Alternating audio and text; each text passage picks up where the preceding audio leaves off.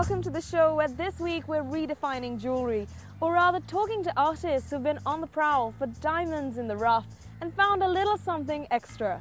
Amin Gulji needs no introduction as a sculptor, but he's also into designing jewellery that's more than just eye-catching.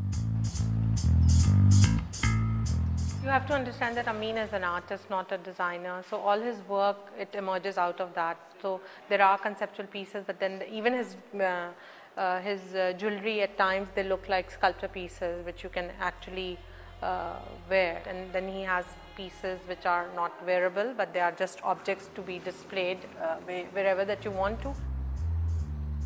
When I first started out, my very first collection of work, I called it all jewelry, and they were very, very large objects.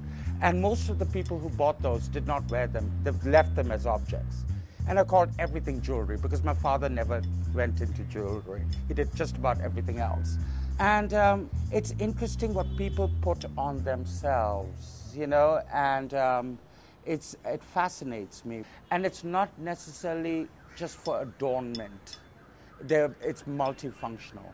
And I wanted, the early jewelry was very large and completely unwearable. It weighed between 2 kilos to 12, 15 kilos. And my whole idea is if a woman can carry a baby on the back, she can wear my pieces. There's no problem. What's interesting is that one of the reasons he was so drawn to jewellery is that unlike sculpture, it's an art form that people like to touch. Sculpture is something that most people tend to have a hands-off policy with, but Gulji loves the idea of people getting a real feel for his work. So he traded off by creating sculptural jewellery, which you might call body art, to make people engage with his art on a more intimate, physical level. Yes, I mean, I'd have to beseech people because people are trained not to touch sculpture. I remember as a kid, I mean, I went to England and there were Henry Moores and my mum always said, don't touch the sculpture. And of course, when nobody was looking, I would. And I always thought when I make my own, I'll like really, really ask. Because, you know, there's a word in German and it's begreifen. It means learning through touch. And I think you can really experience through touch. And the barrier separating his sculptures from his jewellery is broken down further on the performance stages where he exhibits his jewellery. Here, Gulji's models sport his jewellery along with larger sculptural pieces that interact with the performers. Incredibly, one of his sculptures of a pregnant stomach takes on a wealth of meaning when worn as an item of jewellery. Solar Singhar was a show I think I did in the year 2000. It was right before 9/11, just before, you know, and it was about the 16 adornments a woman applies to herself in South Asia before marriage, Solar Singhar.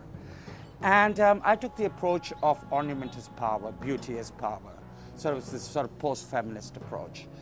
And so it was divided into sections: the birth of the woman, piercing, the first piece of jewelry she gets, marriage, and then birth. The ultimate adornment, the idea of the pregnant stomach, for me, is the ultimate adornment. And so I worked it out using, again, performers and dancers. This came at the end for birth. And it was worn by Vanessa Ahmed, or Winnie as we call her, and it was much lighter. And it was worn, it was strapped onto her body, and it was covered in gold leaf. It was the golden belly.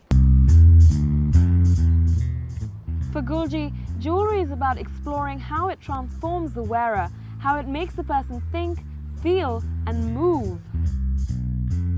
And even that made Winnie move in a very particular way. Once you strap things on, people move also in a certain way. And again, you know, something like Vanessa or that man who wore this, I mean, you study her movements and then you figure out, you can do this for me. You can do that for me.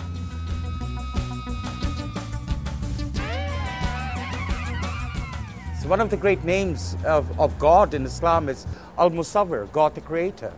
And the human body is fantastic. And especially the human body in motion.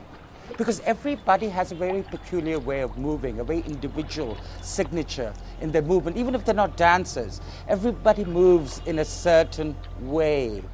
And you can really utilize people's movements.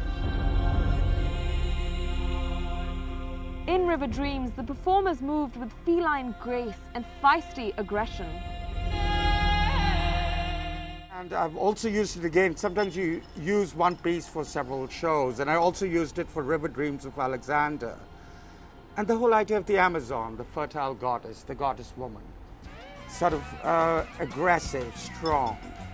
I was fascinated by that. It's how you move, and then you suddenly place something upon them. And then the movement sort of alters or changes or develops. Draping objects such as masks, helmets and armor on the models, Gulji's performances also comment on how jewelry can pack a powerful punch.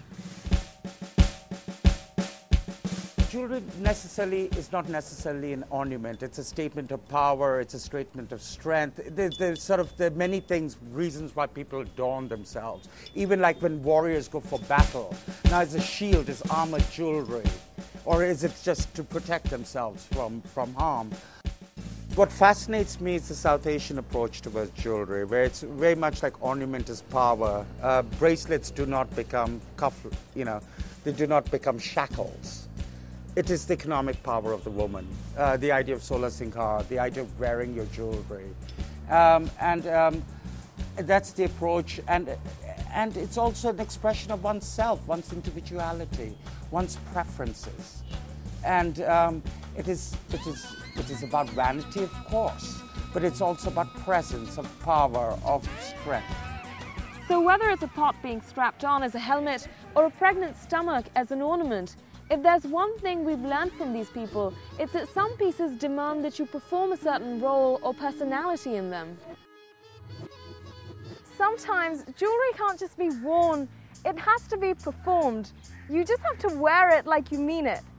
That's all from us at The Looking Glass this week. For more weird and wonderful things, tune in to us again next week. I'm Saira Akhtar.